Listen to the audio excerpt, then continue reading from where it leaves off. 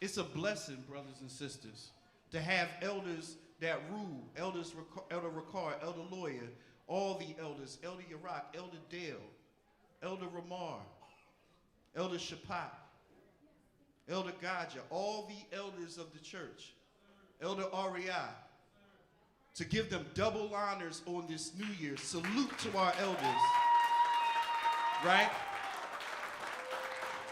That stand brave and tall and bold before us. And I'm gonna tell you, brothers and sisters, to a lot of us, saved a lot of our lives. Okay? I'm just speaking the truth on the Sabbath. That saved a lot of our lives. And I'm forever appreciative. So brothers and sisters, it's my esteemed pleasure and honor to introduce the elders of the Gathering of Christ Church, our presiding elders, Elder Rawchaa and Elder Lawya. Let's give them a round of applause. Shalom.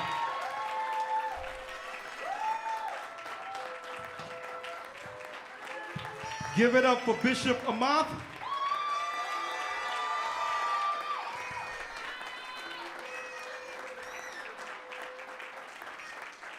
Give it up, give it up.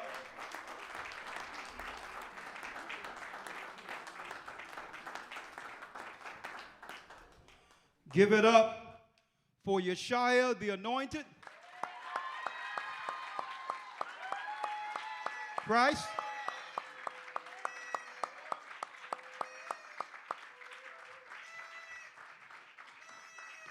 Who have sacrificed for all of us as we are to sacrifice for one another. And you know I have to give it up to, he revealed his name, the God of all gods, Ahaya, Ashar Ahaya.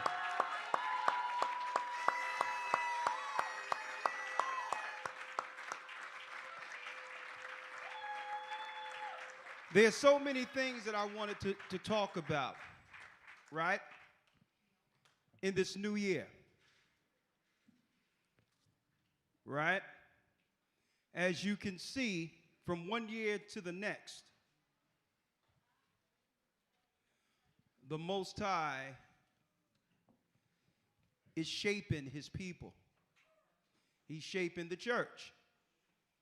We've come a long way, brothers and sisters, but guess what? We have a rough patch to go. So I thought that I would give y'all some insight as well as encouragement, okay, in this new year. There's two separate times that it's a what you would call new refreshing spirit. Noah came out of the ark in the 7th month. So we are to remember when the Most High destroyed all the wicked and evil which opposed the righteous in the 7th month, that Trump month. So that's what the Jewish people call a new year, right? In commemoration of that. That's why they do Rosh Hashanah 7th month. But that's the prophetic first day of a prophetic year. A trump, from one trump to the next until the last trump, is the 7th month. But when we came out of Egypt, the Most High proclaimed what? An annual, yearly cycle that charts the earth year from one year to the next, starting in what they would call the spring. So we got the prophetic trump first month in the 7th month, but the annual calendar year is where we are now. Now, I don't have to tell you, there's a reason why we are celebrating the new year now, while under Judaism, they're going to celebrate another time. and even Hebrews. And I don't really come down on that because a lot of Hebrews took their cues from what they learned from Jewish people. But all in all, the Most High have put us back on time in preparation for something greater. So that we'll know right before the end when exactly we should celebrate his Sabbaths, his holy days. Right? And now we're going into a new year. And I would like to say to all of you, I bless you, I thank you, and I want to say to all my brothers and sisters throughout the four corners of the earth, and especially those who have sacrificed in this church, Happy New Year.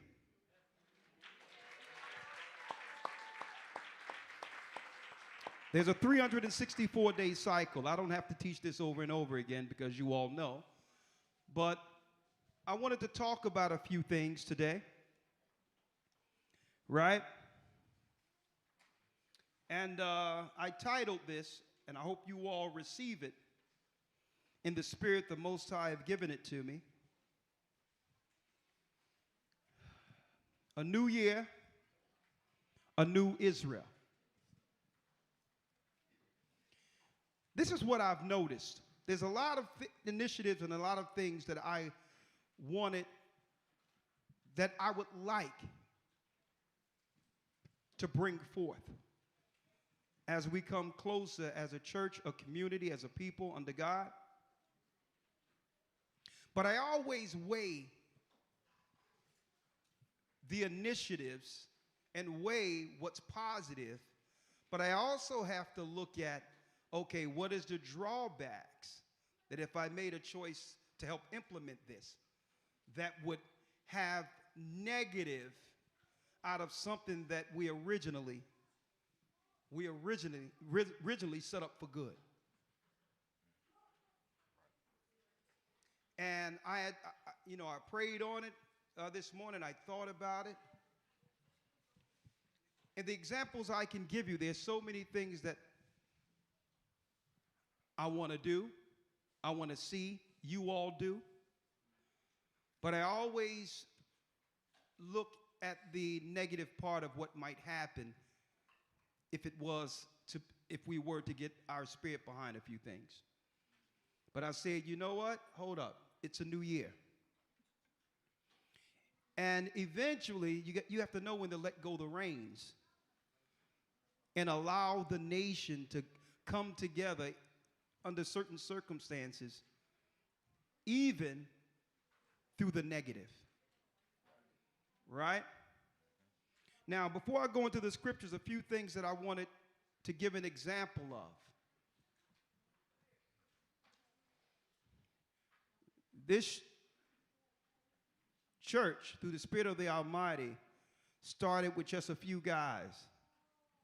I had no idea, even though it was spoken of in the scriptures, that there would be so many gathering of Christ church children. I had no idea. I knew what the prophecies said, and I was willing to work day by day to do my part of the ministry. But this is well beyond anything I've ever imagined throughout the earth. And through that comes a necessity. And what I was hoping for, before I go into the lesson, what I was hoping for and what I hope for in the future, that families get with elders, bishops in particular, and form some type of co-op community for recreation outside of coming through on just Sabbaths. Why can't we get together without it being an initiative and help teach each other's children? Help watch each other's children. Of course, with parameters in place. Take the weight off of our families so that we can actually contribute more. Now, what's the drawback in that? Because I believe we're going to do this. A matter of fact, it's a necessity. We're going to have to do this. We're putting our children in schools and all of that with sick children. And it's not these children's fault that their parents don't know what's going on, how they're getting the stuff put in them, only to spread stuff all around the school that's come back home. And now we are subjected to the illnesses that they're utilizing through bioweaponry. What's the drawback in that? And now, here's a drawback, and I'm just saying this outright. The drawback is that when I look in these scriptures and how Paul and the disciples continually reprimand from the pulpit, from the church, how initiatives on the outside of the church led to so much, I would say, disruption of family. You would expect them to come together, our people to come together, right? But then there's reprimand because it's tough. Listen to what I'm saying here.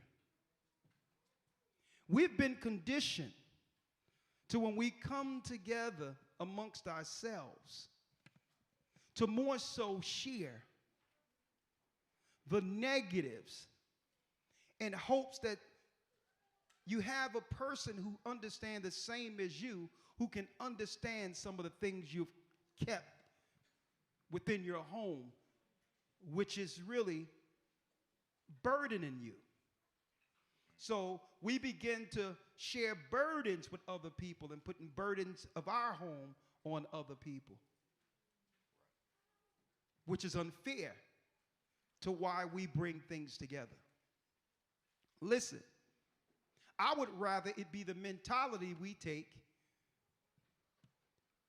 while working in the world.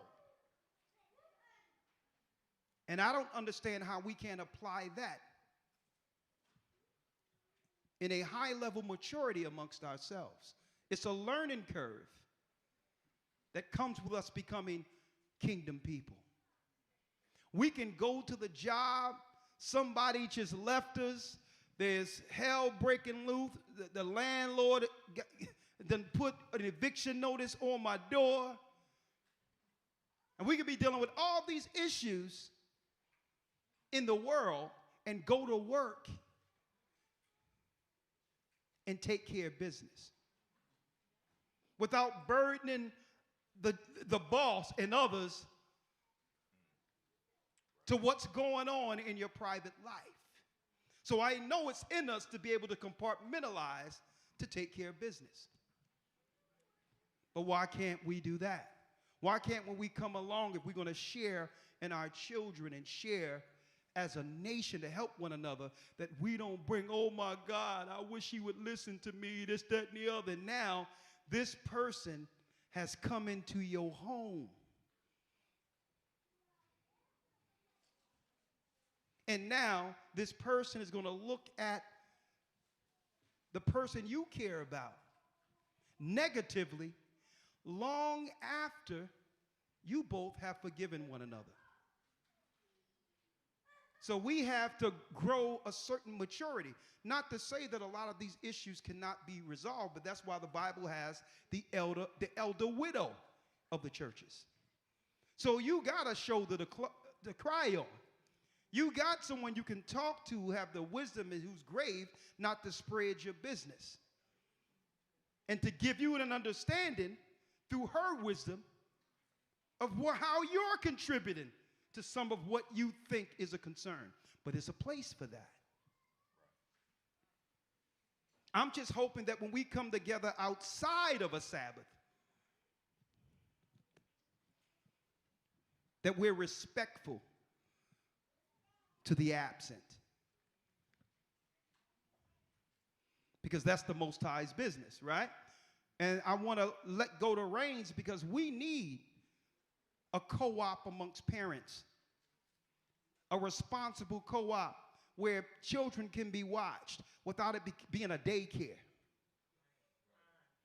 where children can actually be taught the biblical history of our parents, of our foreparents. At the same time, they're taking history intentionally out of the schools so that all of what they've done to us would be forgotten. It's upon us to change this if we're going to be a nation.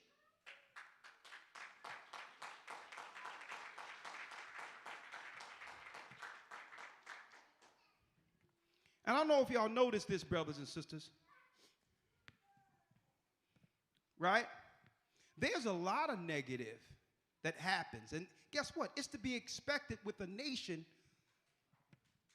actually a metamorphosis of a people who are coming out of negative into positive. It is to be expected. No one is perfect. But it's a certain level of maturity, and I'm going to drop this on you all.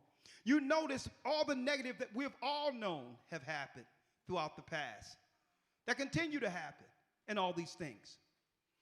Do you all notice that when I go public, I'm respectful to the absent?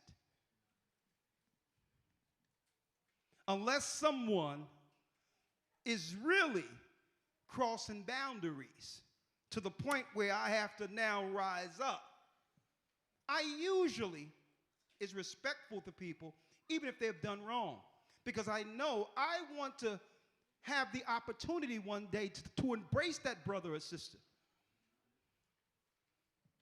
Even when things went wrong, if we operate in the spirit of when that negative is there, it's Satan seeking to tear us apart. I want to be in what? I want to be in the sight of the Almighty when it comes to coming with our brothers and sisters and know that I don't got to sit with a brother and sister and act as if something is wrong. I mean, act like everything is right, and I'm thinking something negative against them. And the only way that can happen is if we are respectful to the absent. We don't have to deal with that guilt that comes with, I just don't like this person, and I'm fronting. And this is what I want y'all to do. I want these parents to start coming together, talking to one another, right? Talking about how we can co-opt these children and teach them. I want to see this. And not to put the burden on another family as a babysitter. Responsibility. That if we're going to do this, we have to do it together and be a man or woman of our word when it comes to raising the next generation of saints. Right? Because I'm going to tell you, it's about to get rough. Many are called, few are chosen. And I was speaking to Bishop Amoth. I called him out of the blue yesterday. And I said, you know, there's a few things that we're going to have to tighten up on. And when I say we, I mean we, including myself. We can only go but so far, and then the Most High would have stagnation to let you know that something new must get injected in this. And I said, well, okay. This is going to be a year of many battles. A year of many battles. In our private lives, it's going to be many battles, you know, on the outside of here. And I said, you know what? This is what we're going to do. And I'm going to tell you, you can tell when the support is still there, but it's just, you know, it's okay. You can tell that the people are saying, you know what? It's time for a change. And I said, you know what? All right, let's do it. I said, after the Passover, we're going to discuss this. I'm going to see how I could work my Patreon early. And what I would like to do, because it's time to raise men into serious teachers, what I would like to do is put a table up here Friday night,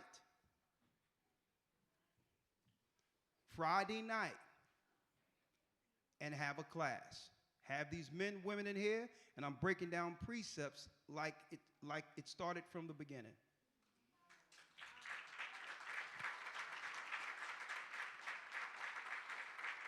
Now, either I'll do it Friday night and we'll switch it off, or I can do it Saturday like I used to, early in the morning and break these scriptures down, anoint everyone, and then go out and hit the street on Saturday.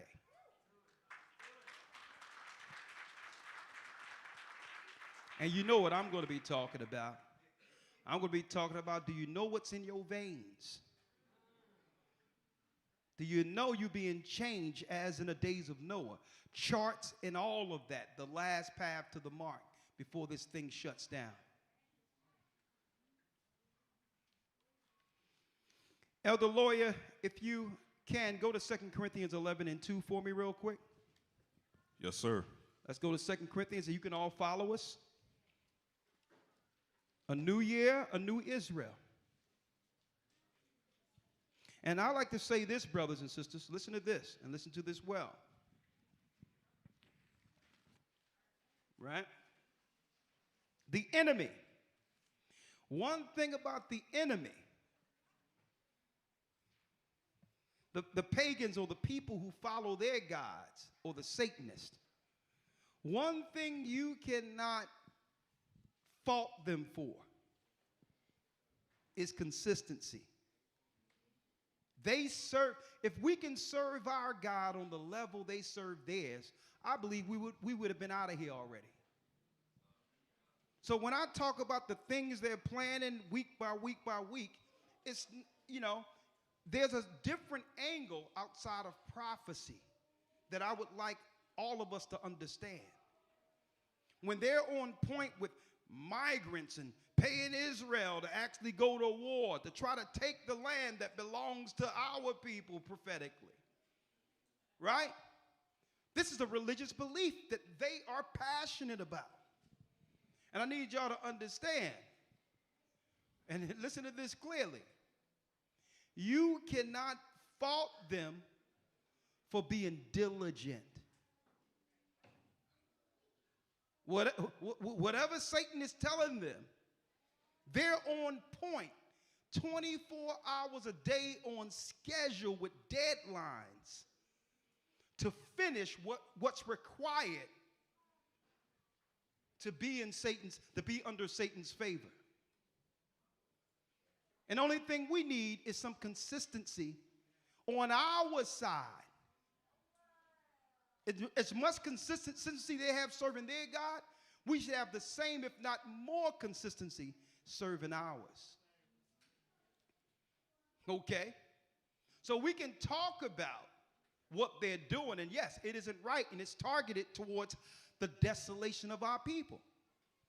But one thing you can't knock them for is they're consistent, they're on point, and they are accomplishing exactly what they're planning.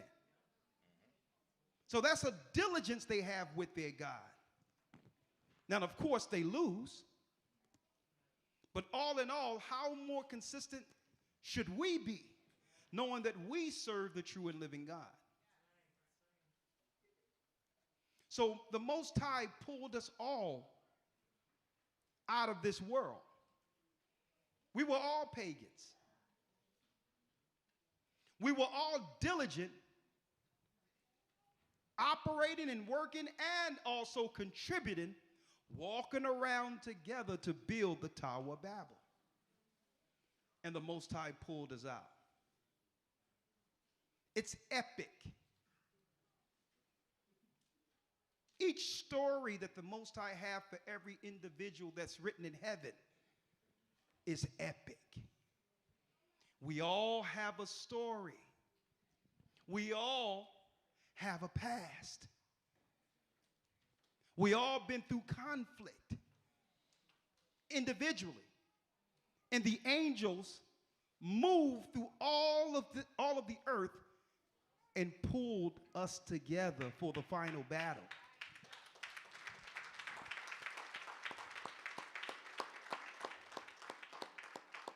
This is epic. And you know what? The devil try to have us focus so much on what's negative. We don't even have time to appreciate how grateful we should be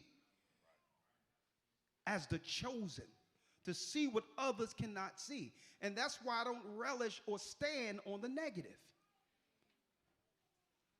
That's why if you see me, there's always a smile on my face.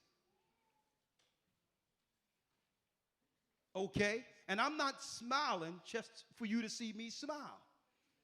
I'm grateful. So I always seek a silver lining, the silver lining in a solution, even through negative.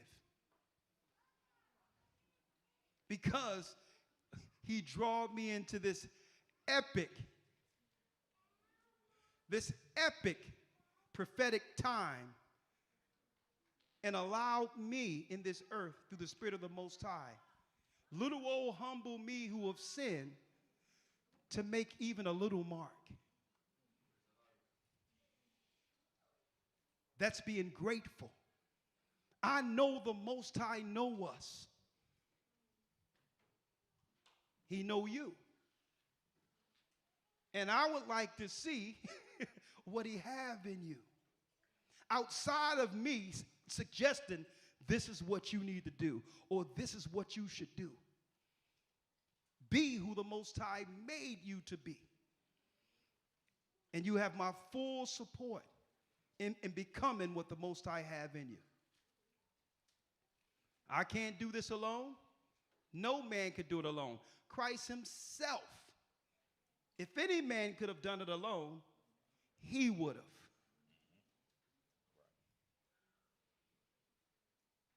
He understood that a body had to get cultivated and a doctrine instilled in the earth for his absence.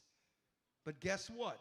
It's him directing this epic episode from heaven with his own hand, choosing each individual.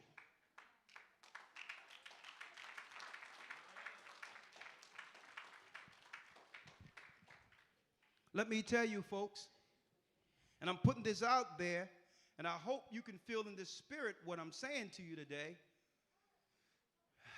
because the gig is up.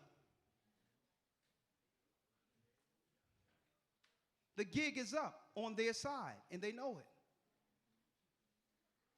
I don't know who was on Patreon yesterday, but it was a guy by the name of David Goldberg said that they're going to have to ramp up their program in the earth because they could no longer hide what everyone is talking about.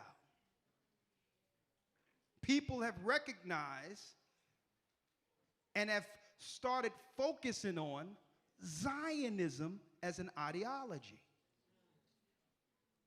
So now, if they believe that the Jewish people have a faction of Zionism that could disrupt governments as an ideology, then they'll begin to not have, they will cease to have the spiritual support they once received from the churches.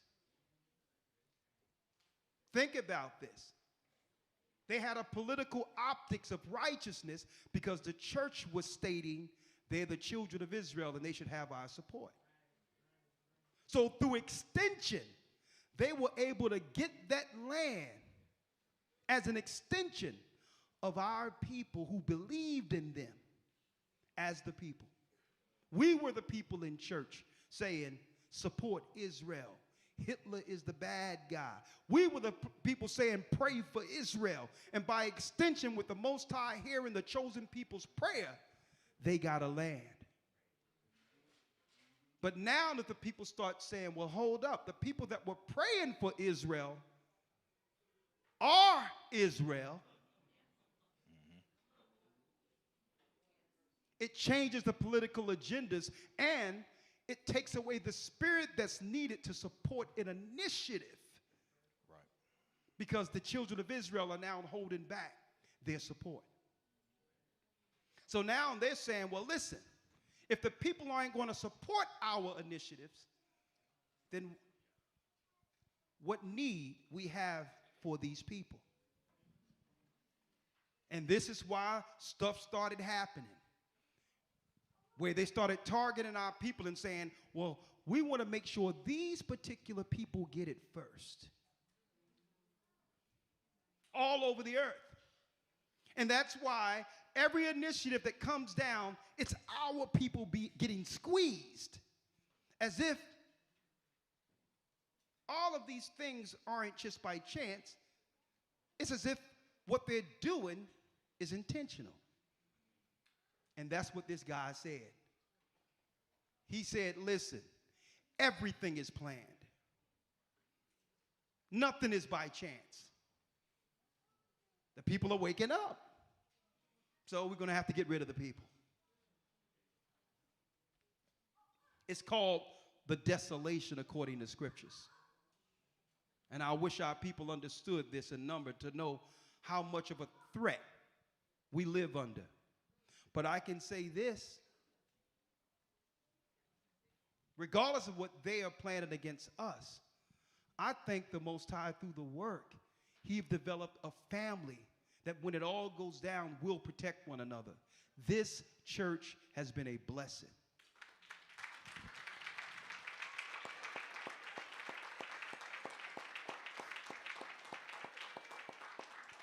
And the only thing I have to say from year to year is to endure. Endure, and you're going to recognize the labor of your love and realize when the Most High first had you come into this work, that it was the Spirit of the Most High who guided us together. And what you thought this was, it's even more. I'm going to tell you that right now. Satan will try to frustrate it.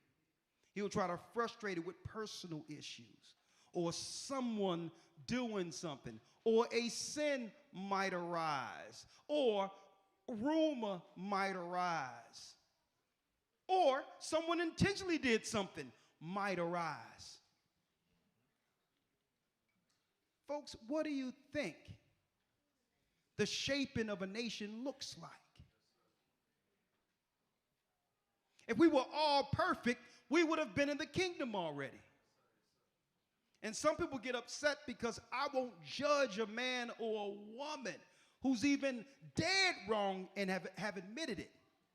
That I won't condemn a man or woman to death. Or I won't publicly excoriate or scorch the person. People look at me like, what? Nah. I can't do it. As long as a person admit their sin and they're contrite and they go through the judgment, an opportunity must be made for them to get it right, for them to show that they are a better person from that particular act. And if Christ did it for me, guess what? We must do it for each other. You'll never see me. You'll never see me as a Pharisee pull someone up to publicly excoriate or destroy them. Because the only thing the whole time, guess what? Because if I did it, I'll be doing it for the people. That's who I'll be doing it for. But the whole time I'm doing it, the only thing I would be able to see in my conscience is Christ in the middle, surrounded by a lynch mob. Surrounded by a lynch mob. No sooner as someone is caught in something or something have happened, you know what? The first thing come to people's mind is stone him, crucify him, kill him. And I can't in good conscience do that. And that's why even Christ said, listen, and guess what? It's not excusing a man or woman for what they've done. It's not that. Now, if a person is operating wrong and saying, I'm not doing anything, You can't tell me what's going on, and I'm going to do it again.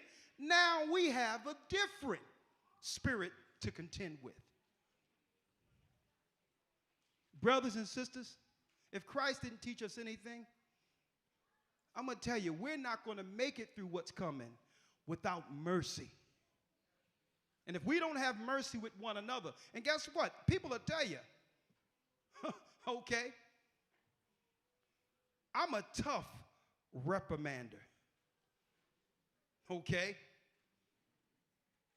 I'm very articulate, and I'm very meticulous in being able to find what it is and say, come see me.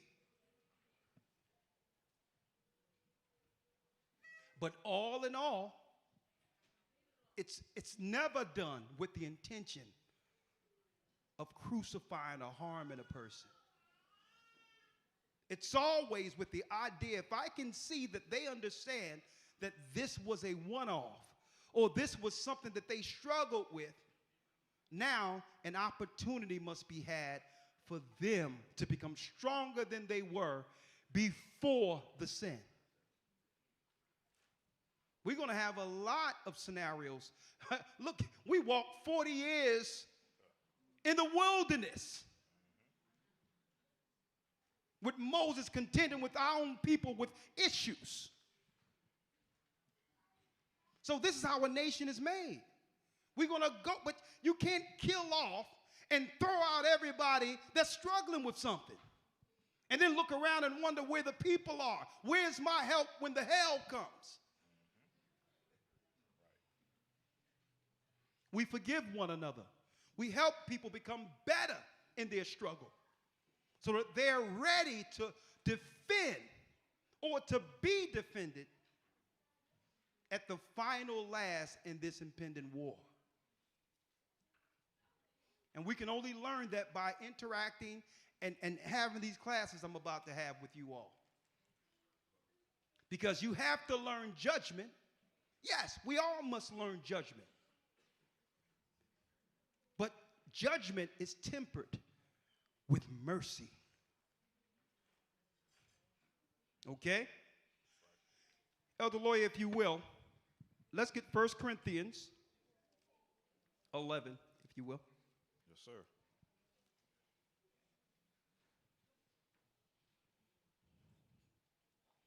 Second Corinthians 11, I'm sorry. 2 Corinthians 11. Real quick, and I'm going to go right through these. Yes, sir. 2 Corinthians 11, and this is what Paul wrote to the churches. Right? And start at the second verse. Yes, sir. 2 Corinthians 11 and 1. For I'm jealous over you with godly jealousy. And Paul says, I'm jealous over you with what? With godly jealousy. With godly jealousy. Listen, read. For I have espoused you to one husband. Because through Paul's work, he says, I've espoused you to one husband. Right? Through his teachings, he has set up an arrangement for you to know how it feels to have that connection with Christ. Right? Can you imagine? It's like a woman having a husband and saying, well, hold up. You can have him too.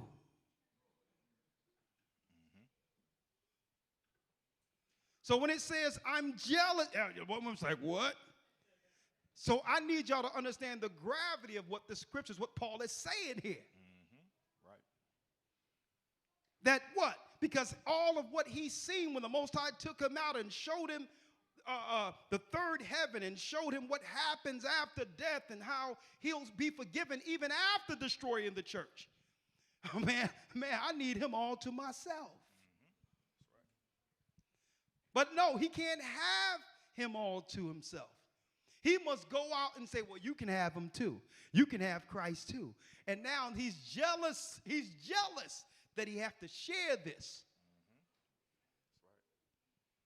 Now I need y'all to think about this. Right? I'm going to tell you, But I'm going to tell you, there's gratification. There's a certain level of satisfaction that comes when you got something that you know you have to share. Like, man, I can give it all to myself. Ooh, man, the Most High is cold right here. Man, hold up, his name is Ahiah? Are you kidding? What? And who have we been calling on? Just imagine if he's sitting in a room, running around the room saying, the world have to hear this.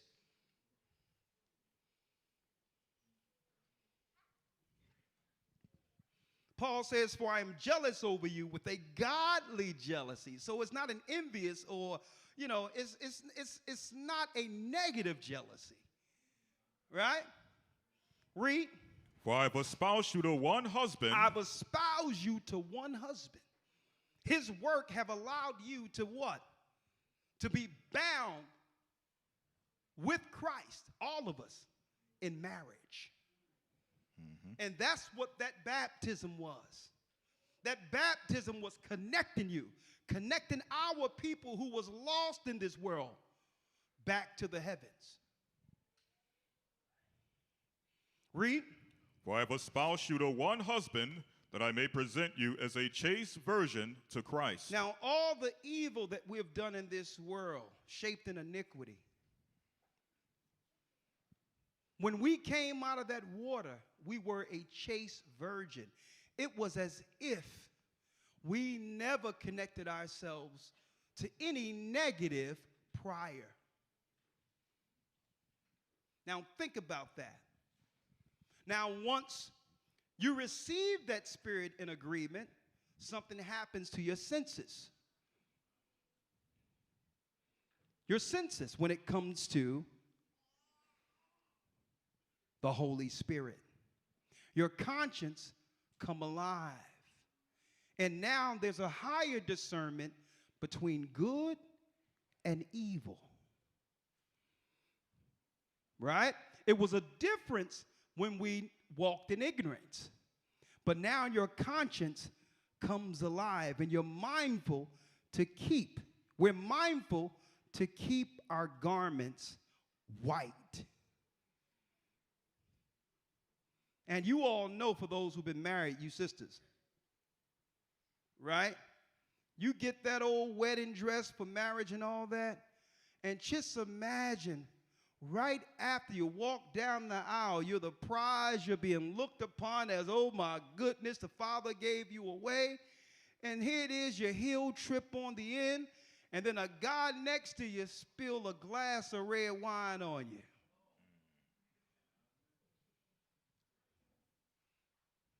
You're not going to be able to fake that one. Right? Right?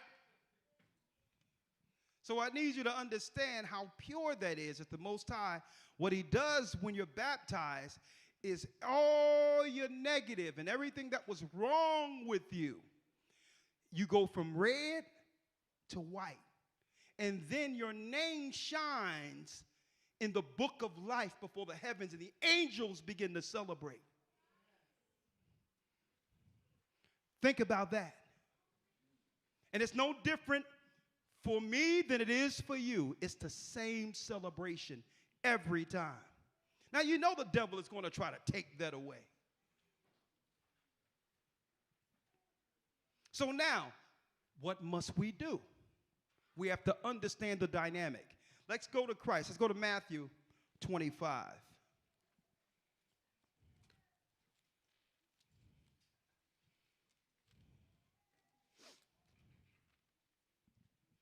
Matthew, the 25th chapter. Elder Lawya, and this is Christ. Yes, sir. Right? Let's start at the first verse. Yes, sir. Say Matthew 25 and 1. Come on. Then shall the kingdom of heaven be likened unto 10 virgins. 10 virgins. Now here's 10 that came out of that water. Right? Have been espoused to Christ. Have the same information, the same spirit, and all of the angels have celebrated each and every individual of this 10 who decided to wash themselves. Mm-hmm. Read. which took their lamps and went forth to meet the bridegroom. Come on. Verse 2. And 5 of them were wise, and 5 were foolish. 5 were wise, and 5 were foolish. They all have the same information, the same spirit, all of that. But the wise ones, in particular, values Christ washing sins and connecting themselves to them. And they're saying, for no reason, through these trials, tribulation that leads to the kingdom, will I lose this relationship. And here's the reality of it. When you are espoused to Christ, you are also married to his body. So you can't say you're married to Christ and you're separated from his body. That means all the ups and downs and what you have to do to drag this white body into the kingdom for the change, guess what? It's necessary. You don't look at your arm when there's a sword there and be like, I'm not going to need that. Elder Lawya, go ahead, take a machete, take my arm off. Nah, it just need healing because I'm going to need my arm. But the devil will have us believe that you can cut off the body and the body becomes stronger. No. When you marry the positives, the negatives, and everything. It comes with that relationship. And you heal what's wrong so that the body becomes stronger. You think about it. I'm still waiting for someone to cut a branch off a tree and plant that sucker and see if it turns into a tree. I'm still waiting for that. It won't happen. So good, bad, or indifference, I understand that when the Most High gave me a work to do, that this is my lot. Whether it be good, bad, positive, negative, these are our people who have come through tribulation, and none of us are going to be perfect. And that we must work with one another to achieve perfection. Be patient with one another.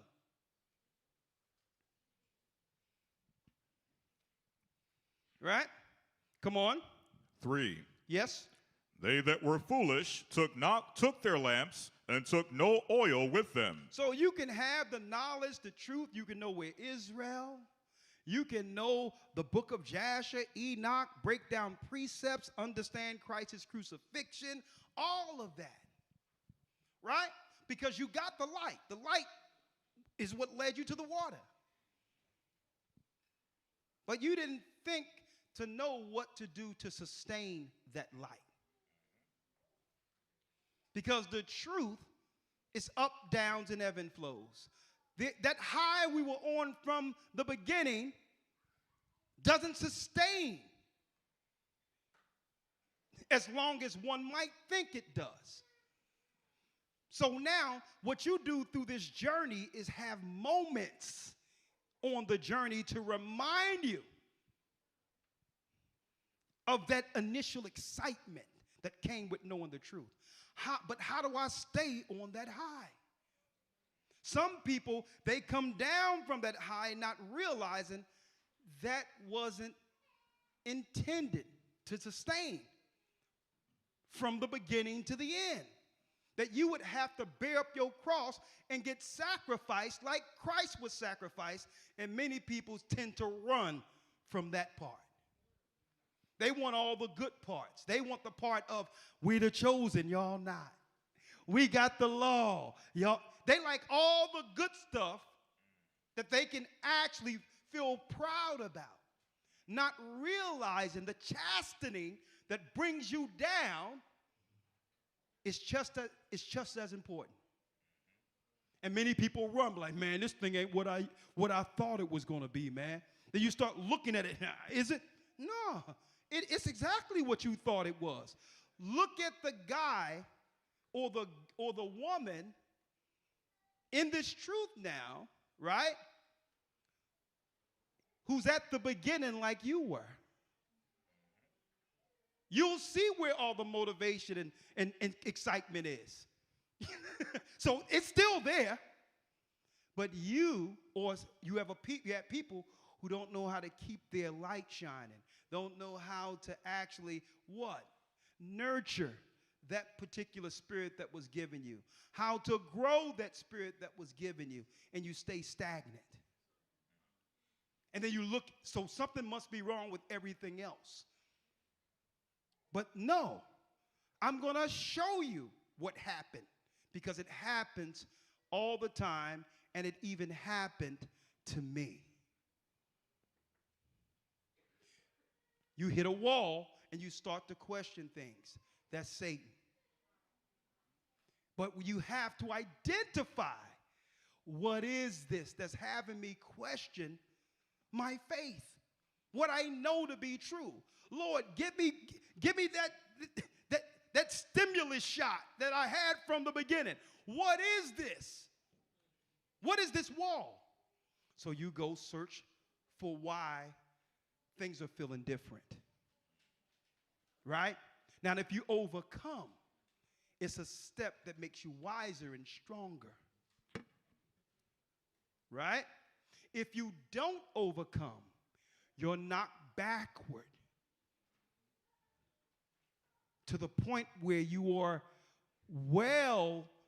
I'm going to tell you, levels down from the time you actually went to the water. You have to now work your way up to where you were when you decided to be baptized. So you have to quantify and ask yourself, what is that? Because we've all experienced it, who have tenure in this work and realize when you've taken as many steps as we have in this truth, you realize what Paul meant when he stated, I am a prisoner. There is no option. There is nothing else for me. So I better make do with what the Most High given me in this body, because I don't get another one of this opportunity. So we ask, well, what it is. What stagnate people? Hold that, Elder Lawya. Yes, this sir. came out of nowhere, but I got to get it. And then we're going back to Matthew. Yes, sir. Let's go to Ezekiel 3. What is this? What is that wall we hit of stagnation? And then we start to look around and believe it's everyone else. Right? Something must be wrong, because you know how spiritual I am. Right. So if I don't feel the way I used to feel, then I got to look around and try to figure out what's wrong up in here. Mm-hmm. Right? Hold on. A matter of fact, I don't even got to get it. Elder Rawchaa, read Ezekiel 3:1. I know what it says. Go ahead, Yes, read. sir. Ezekiel 3:1. I'm going to stay at Matthew 25. Go ahead. Yes, sir. Ezekiel 3:1. Come on. Moreover, he said unto me, Son of man, eat that thou findest. Eat that thou findeth. Go on.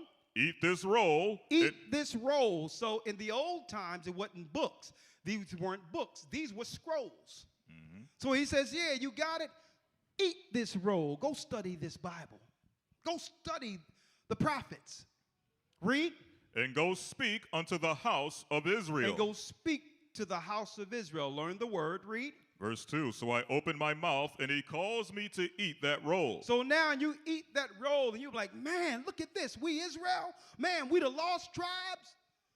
Man, those people are converts. Mm-hmm. They're pagans. Man, slave ships, you go into the Bible like, Lord, we're truly the people. And then you start following the law, and your diet change, and you begin to feel healthier. Your mind becomes clear, right? So it's all good. Read. 3, and he said unto me, Son of man, cause thy belly to eat, and fill thy bowels with this roll. That's our initial excitement right there. When we get this truth and learn everything the world has hid from us. But we believe that high should be sustained throughout our time in the truth. Right.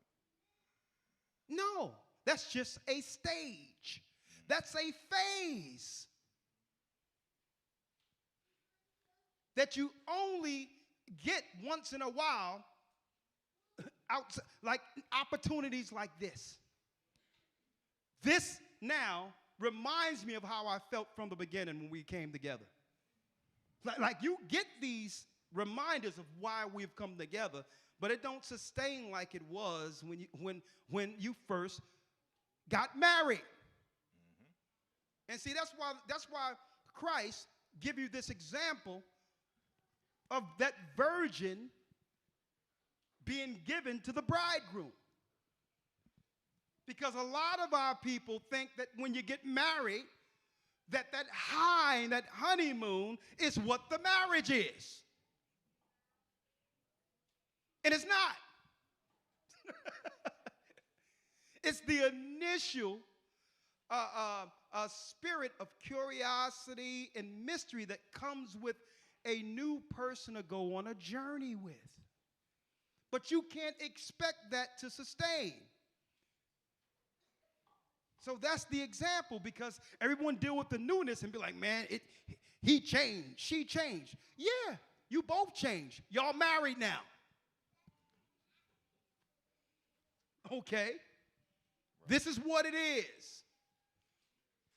Problem solving, issues, bills, other people in your business. Where you been at last night? Where you going? This is what it is.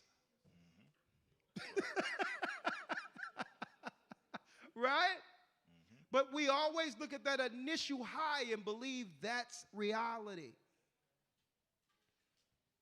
So first, you what? You eat that roll, the excitement, it goes into the belly, and read, Elder Lawya. Then did I eat, and it was in my mouth as honey for sweetness. Oh, was it sweet, knowing this truth from the beginning? Read. And he said unto me, Son of man, go get thee unto the house of Israel, and speak my words unto them. Hold up, I think you missed something, right? I'm going to go back, verse 3. Yep. In fact, I'll read verse 2. Yep. So I opened my mouth, and he caused me to eat that roll, and he said unto me, Son of man, cause thy belly to eat, and fill thy bowels with this roll that I give thee. Then did I eat, and it was in my mouth as honey for sweetness. It was in my mouth as honey and sweetness. Read. And he said unto me, Son of man, go get thee unto the house of Israel, and speak my words unto them. Come on. For thou art not sent unto a people of a strange speech and of a hard language, but unto the house of Israel. Come on. But keep in mind, it starts off sweet, but now you have to deal with the people. Okay, let's get it. Yes, sir. Revelation 10 and 9. Revelations 10 and 9. Let's read it. And I went unto the angel, and he said unto me, Give me the little book. And he said unto me, Take it and eat it up. Take it and eat it up. Same precept to it, right? Same thing. Read. And it shall make thy belly bitter. But it shall make thy belly bitter. But so it starts off all good. Mm-hmm. But now you have to deal with the negative that comes with knowing the truth. It was one time that you thought all of this was just relative when it came to how people are interacting around you, family or whatever the case is. It becomes bitter when you found the truth and you begin to interact with those same exact people. And now you're seeking to change them. What you don't realize is that these were the same people the Most High moved you from while he opened your eyes. They didn't change. You changed. So when you realize this, it becomes evident seeing what you're witnessing and saying, it's easy to be seen. And you go to them and say, well, hold up, you shouldn't be doing this. And they're looking at you like, hold up, you don't know me? I've always done this. I did this with you. So we look at these people as if they're strangers, not realizing we have changed. And that's where the bitterness start coming in. It becomes bitter. Because you would expect, okay, let's all celebrate us being Israel and get the Hades out of captivity, right? But then it's bitterness when it comes to now we have strangers who have all, the Most High have all brought together, who have to learn one another, a new family. And you expect someone to know what you've been through as if they lived and they live your life growing up. And that you don't know me. I need you to understand me. Nah. We were all baptized into Christ with newness of life. And you and I got rid of the person you claim I'm supposed to understand. Our relationship starts now. And that's the frustrating thing about people, is because they say, you don't know what I've gone through to make me. Hold up, I thought you said that person died in the water. Why am I supposed to understand that person? So now we can only go by the interactions we have as chaste virgins.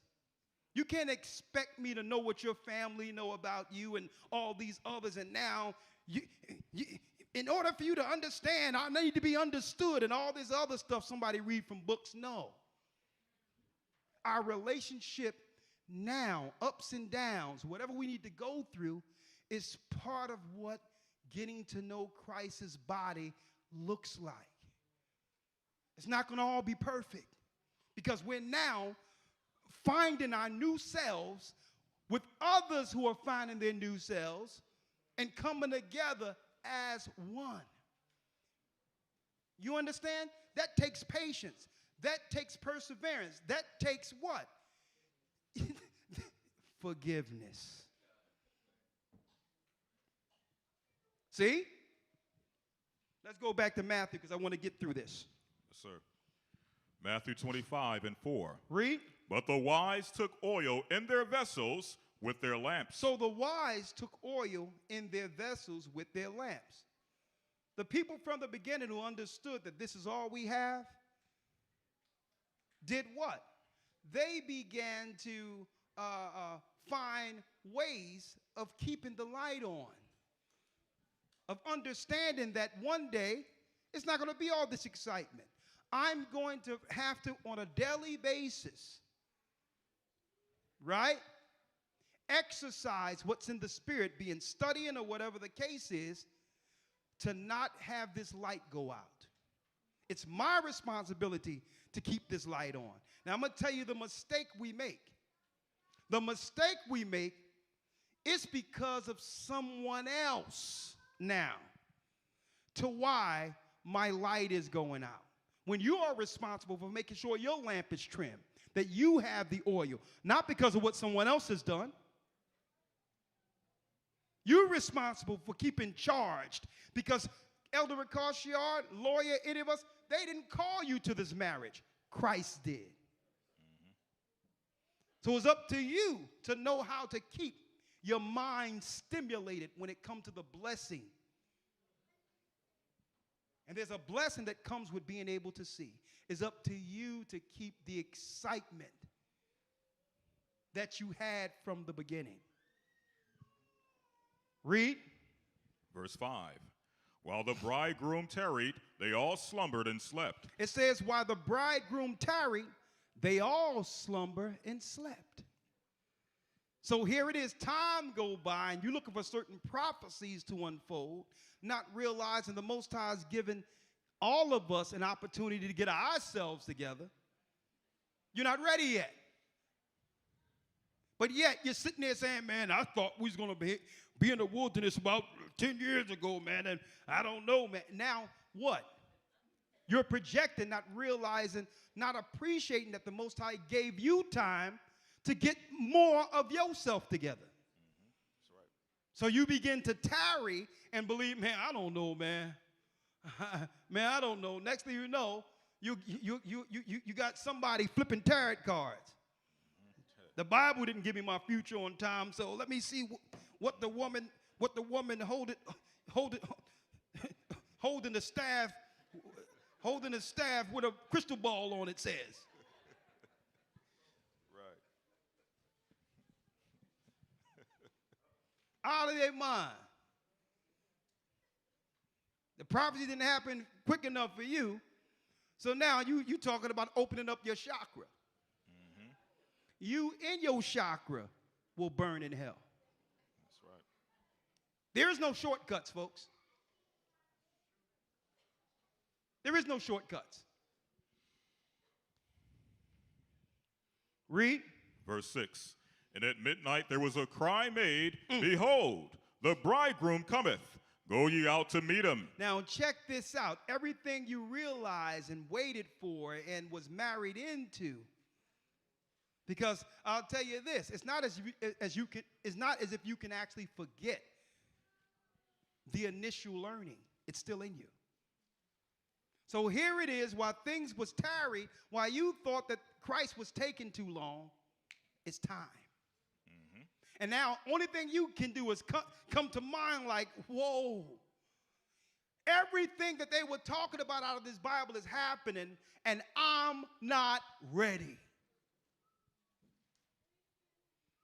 See, that's how Satan played the 5 foolish virgins, because they had the same as the wise ones.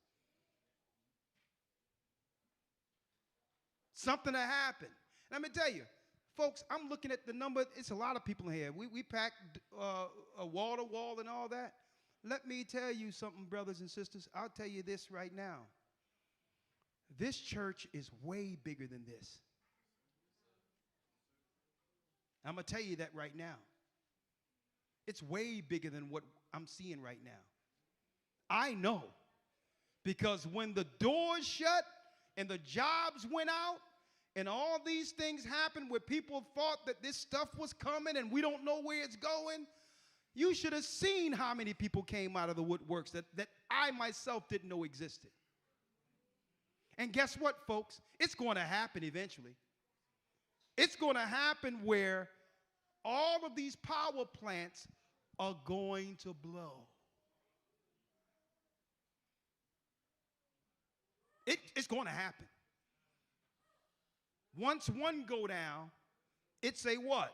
It's a domino effect, because one meltdown leads to the next one, because they strategically put all the power plants on a fault line. Which means when one go off, boom, boom, boom, it's an earthquake. The yellow stone goes off. And now we're back where? We're back below third world. And at that time, I'm going to tell you, when it all first started happening, everyone is going to come out of the woodworks. But then the question is going to be asked, when the electric was fine, and when you was working at your job, when everything was fine, where were you helping us plant food? Where were you helping us get these children together? Where were you preparing for this moment? I know, I'm going to tell you, I know that I don't want to be on the outside of what's getting planned, because there's only enough resources for those who have planted. I'm going to tell you, folks, tomorrow isn't promised to anyone. And if you have an unction or a thought through the Spirit to serve the Most High, you best begin to serve Him today.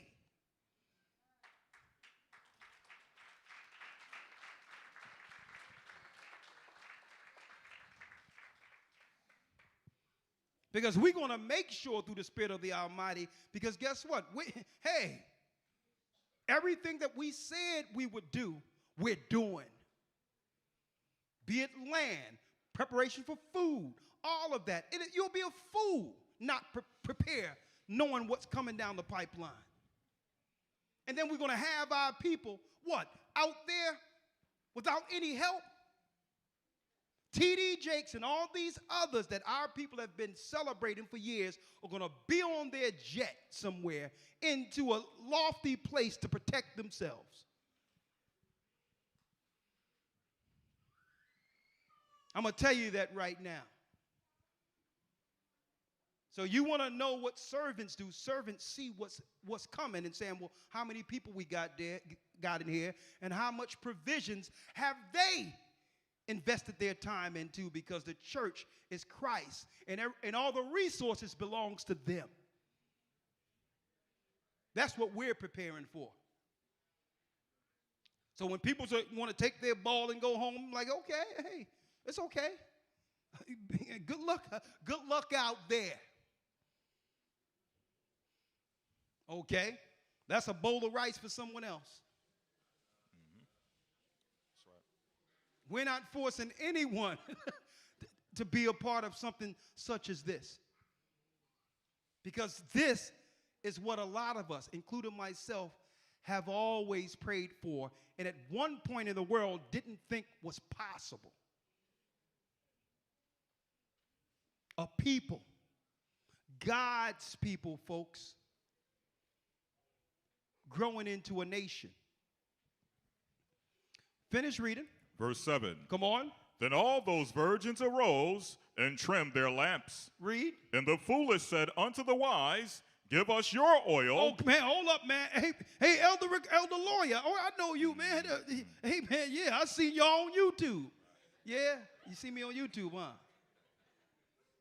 Yeah, shalom, brother. And next thing you know, where my man, the mighty Hawk at? Huh?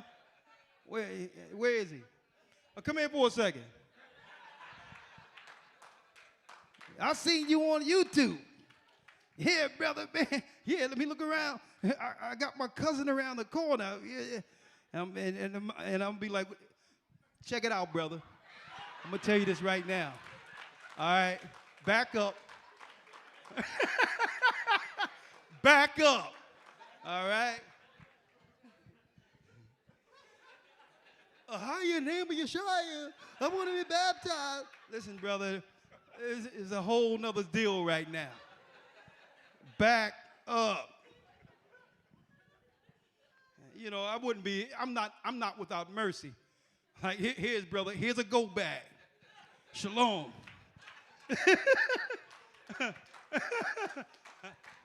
You ain't coming here with this hot mess. Here's a go bag. Okay?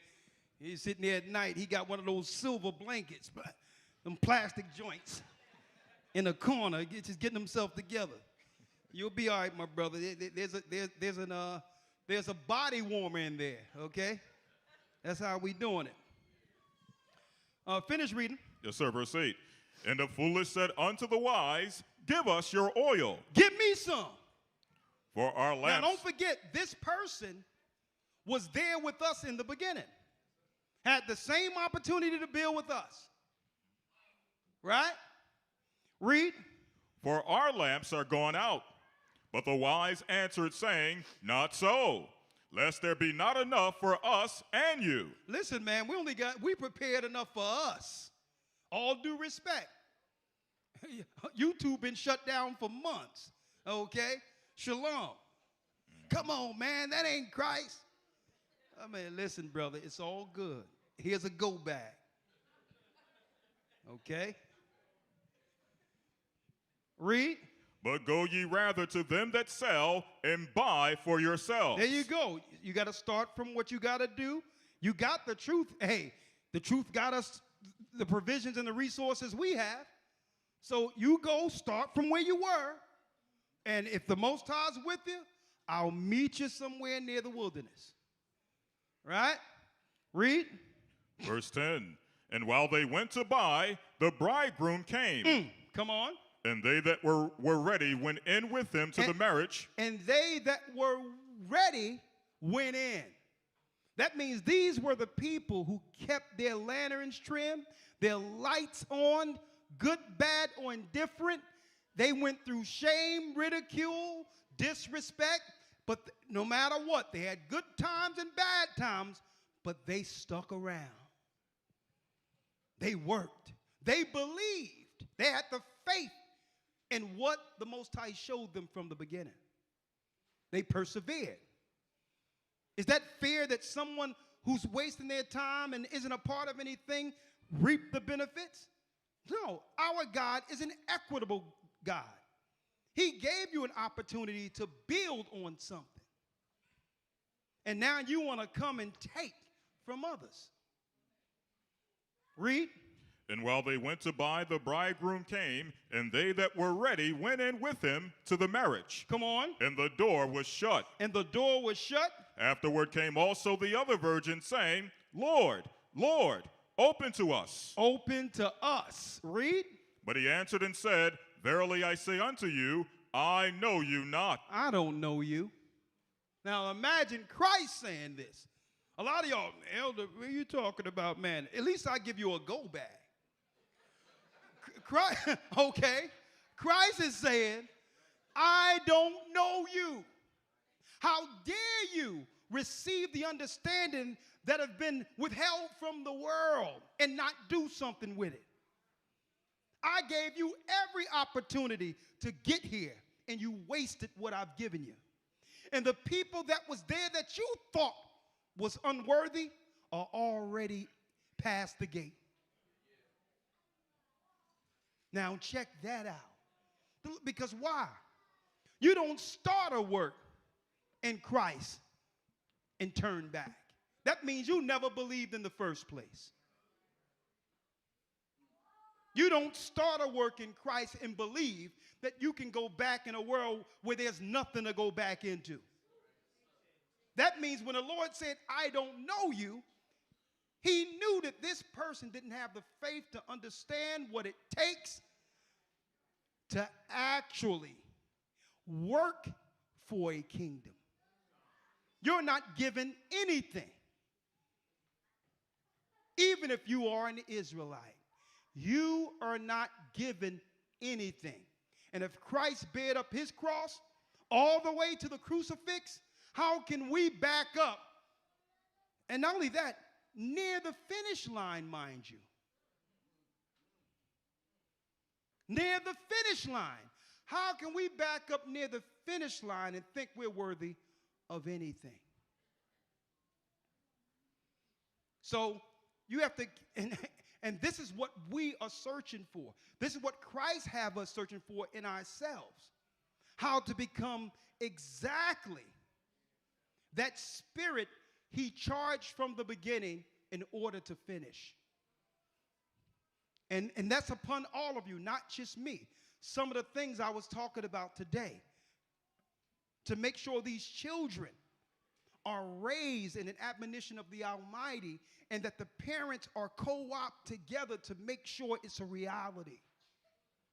That's a work even on the outside of the church that's still yielding benefits. And it's an extension of what all of us said we believed from the beginning. That we're the children of Israel, we are a family, and now this must be instilled in this generation. We're here. Now, before I go,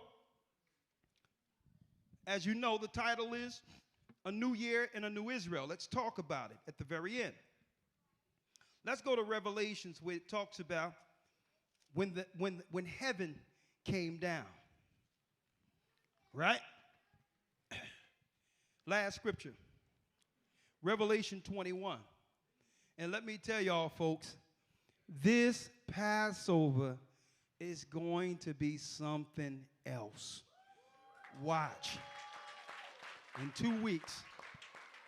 In 2 weeks. When God, man, I'm so excited when God's people converge on North Carolina. Lord, and I know my mother, I know she's smiling from wherever she is because she was born in North Carolina, you know. It's almost like a homecoming for me to some degree. Lord, it's going to be something. Elder Lawya, if you will, we go from one new year to the next, right? And eventually, this place that Christ has prepared will become a reality right here on earth. When I talk about us being chaste virgins connected to the Almighty and working towards receiving this kingdom, right? That's one thing. But Christ gave us an insight to what he was preparing ever since he was taken back to the heavenly realm. It's coming here. And guess what? No one can occupy space in this kingdom, in this new place that Christ has prepared for us, without working for a room.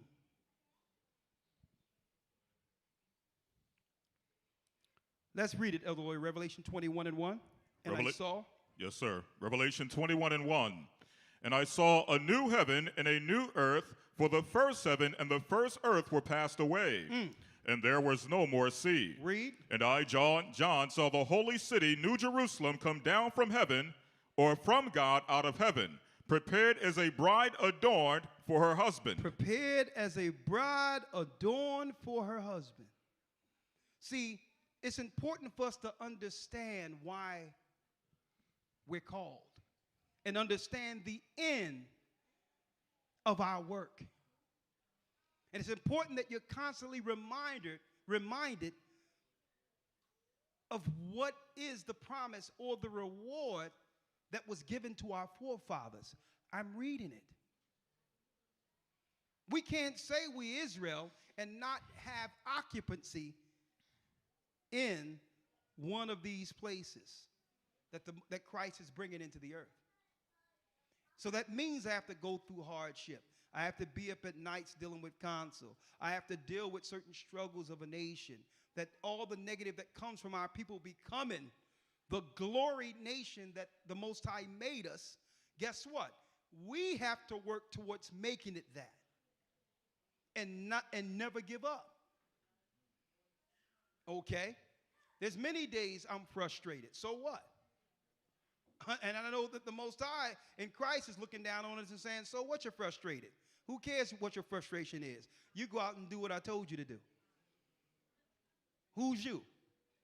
Who's you to be frustrated? You go out, man, I want to lay down. Get your behind up and go teach.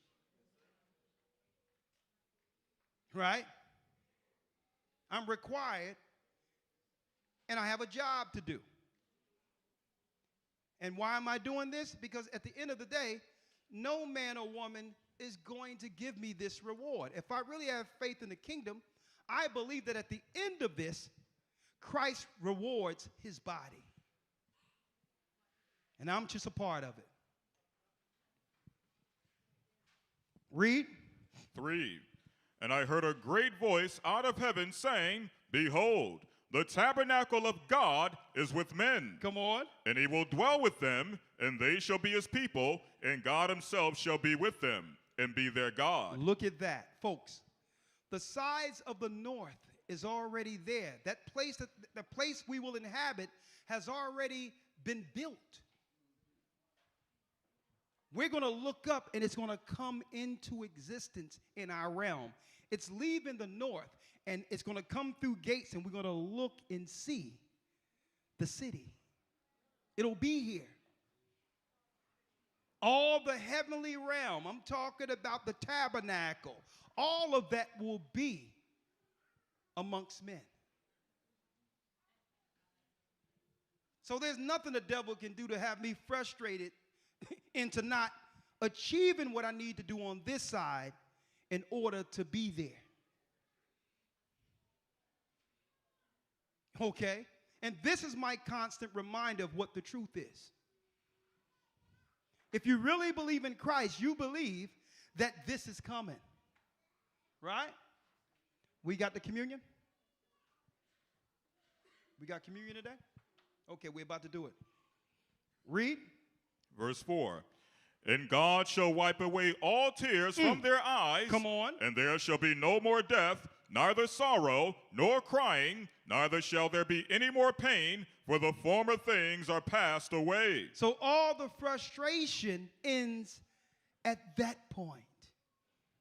That's when there's no more worrying about what the devil is planning against us. He's been defeated. But we have to make it there. Right now, the devil is still disrupting, causing dissension, doubt, lack of faith. But we must work through all of this in order to receive what I'm reading right here.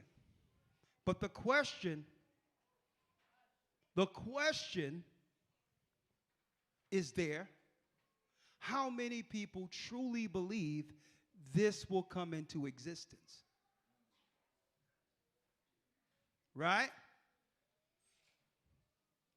That's the question. And we'll leave it out there because everyone will raise their hand right now. Ye that endure unto the end, the same shall be saved.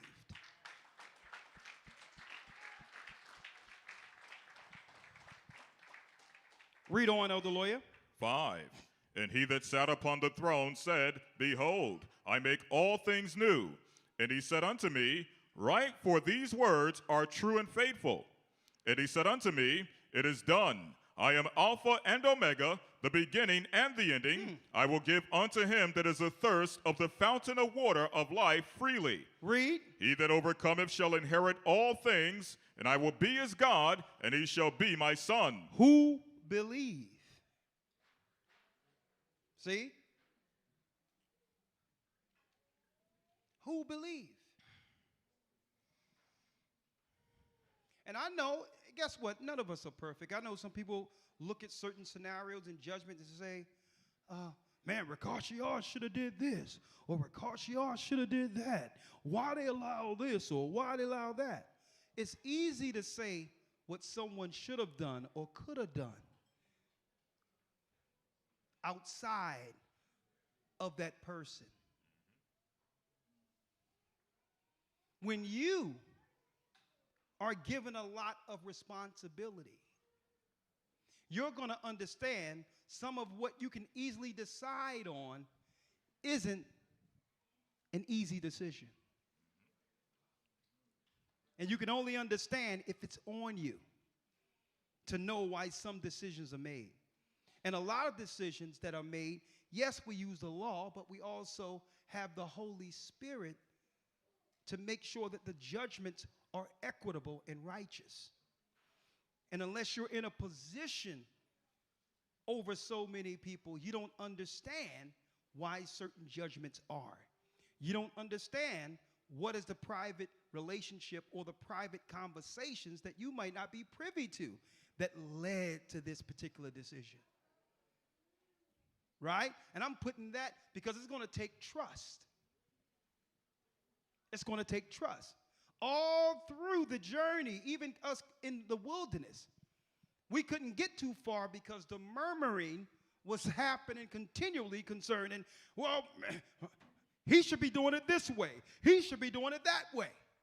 To a point where the Levites, some of them went and said, you know what? We're going to make our own area of sacrifice and praise. You're not the only one. We can do this too. It's going to take a level of trust. Read.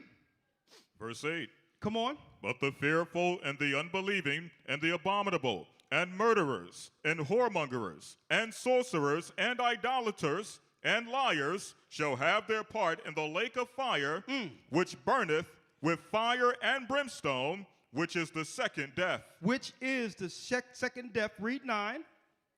Verse 9. And there. And there came unto me one of the angels, of the 7 angels, which had the 7 vials, full of the 7 last plagues, and talked with me, saying, Come hither, I will show thee the bride, the Lamb's wife. I will. Now this is the bride. This is those who have made it into this promise, this kingdom. Now, Elder Lawya, I need you to go straight down to where it tell you the measurement is what? The gates are what? Verse 12. Verse 12. Yes, sir. And he had a high wall and had 12 gates, and at the gates 12 angels. At the gates were 12 angels. And names written thereon, which are the names of the 12 tribes of the children of Israel. Which is the name of the 12 tribes of Israel. The address will be the 12 tribes of Israel. The question is, what are you willing to endure through to get a room? The Gentiles are around in the outer courts, but only the 12 tribes will inhabit the city. So I'm saying this, that, hey, we're in a new year. Let's work to be different to some degree and encouraging each other, right? To be a new Israel starting now, so that we can look back a year from now, if it be the Most High's will, to see how much more this body has contributed to the growth of our church and our nation. Happy New Year.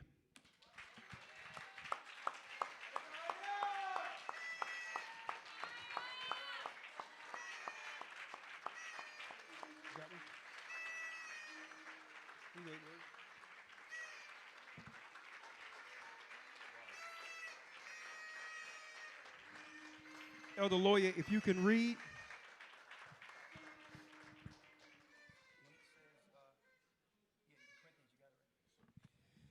And I would like to say this is our communion for the new year. I hope you all are blessed. And brothers and sisters, please enjoy the meal that's prepared for you. May the Most High nourish you and keep you. And I need you all to know personally, and this is with anyone who have ever been a part of the church or who's in the church throughout the four corners of the earth, that I can say honestly,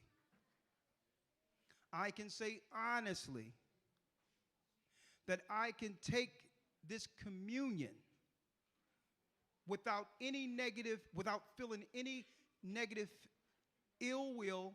My conscience is clear, and that I have nothing against anyone that I haven't already dealt with. Okay? So in good conscience, let's eat this bread and drink this wine, and remember that according to the Almighty, we're at Christ's communion. We're at his Last Supper. And understand our obligation one towards another. Let's make it another year. Okay? Let's do it one day at a time, one Sabbath at a time, one holy day at a time, 1 year at a time. But let's do it together.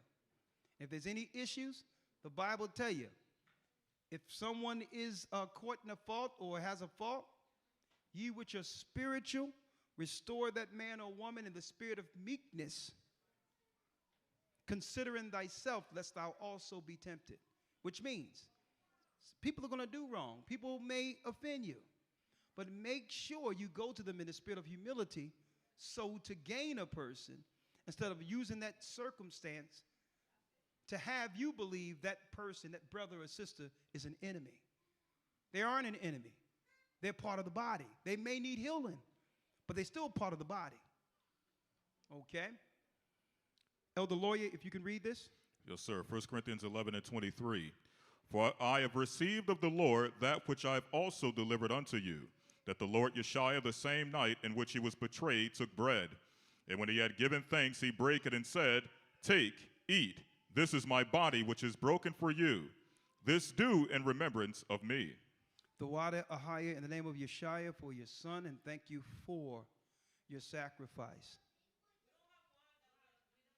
Y'all don't have one? Well, hurry, get it going.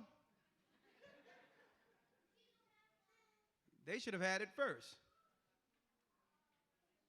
Okay, I'm going to ask, who doesn't have bread and wine? Get it to them, please.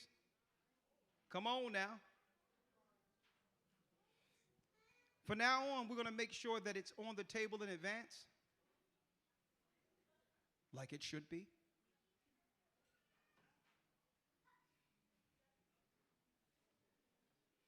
Please make sure, raise your hands if you don't have bread and wine. Thank you. I appreciate it, young man, getting them the communion, the bread, and the wine. Thank you. And man, let me tell you, That choir is something different up in here. Lord.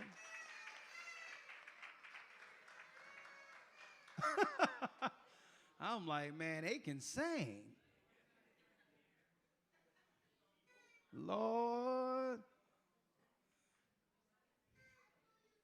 I came through here, I'm like, they cooking up in this piece. I'm like, what?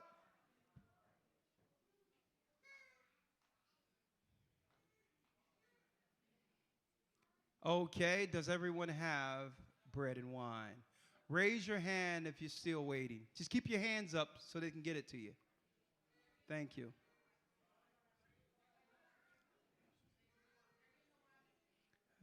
Man, we need to get this bread and wine happening because we have to get to the real deal, that food waiting. What's going on here? I'm sitting there, the aroma that's coming from back there is, that's a sweet savor unto the Most High.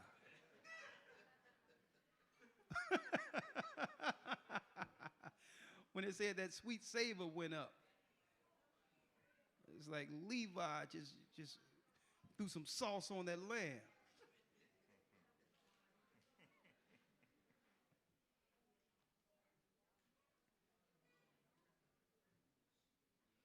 Okay, raise your hands if you're still waiting. Somebody bring a whole plate of bread and a bottle of wine in that area right there, please. And yeah, but make sure you just put in a little teeny cup. We don't want you to get it twisted up in here, all right?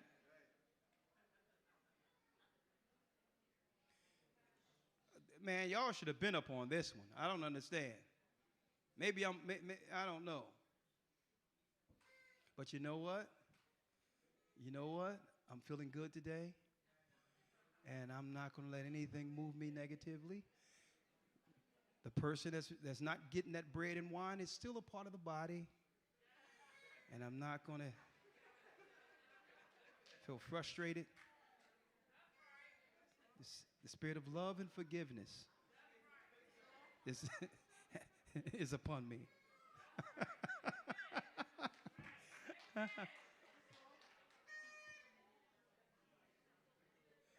right. Now we got to wait. Hands raised, hands raised. Let me see it. Oh, there it is. Okay, some people are taking some initiative around here.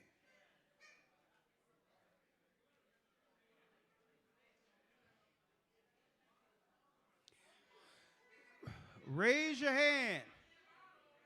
Okay, who doesn't have bread and wine?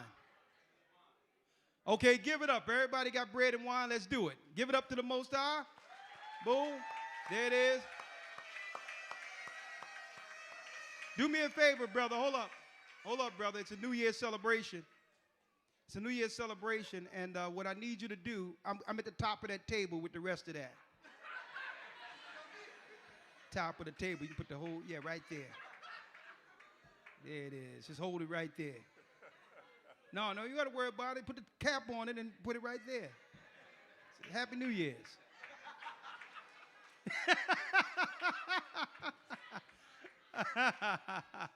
Y'all something else. All right, Elder Lawya. Everyone have bread and wine, right?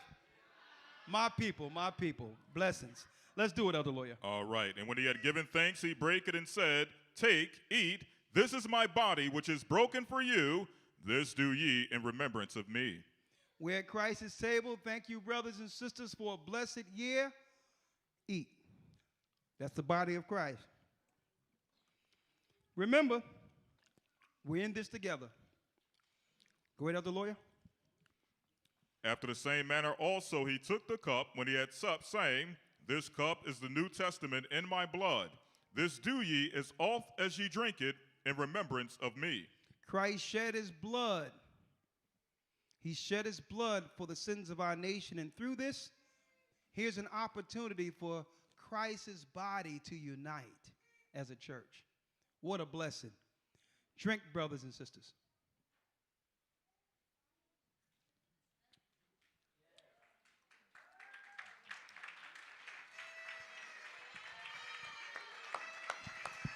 Kwam Yashala. Kwam Yashala. Kwam Yashala.